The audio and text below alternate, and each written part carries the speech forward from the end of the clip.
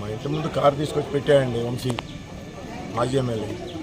అక్కడ మేము నిలబడ్డాం, ఇది ఓటింగ్ గురించి చూసుకుంటా నిలబడితే అతను కారు సీరియస్గా రివర్స్ చేసుకుంటా వస్తూ ఉంటాడు. ఒక ఆయనకి తగలబోయింది.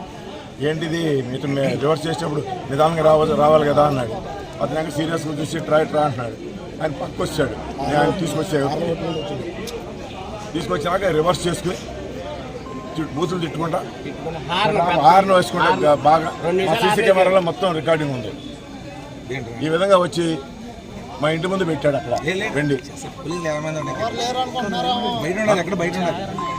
చాలా అడ్డుగోలుగా ఉందన్నమాట అతని ప్రవర్తన. This is the fourth time ఇవాళ వచ్చింది.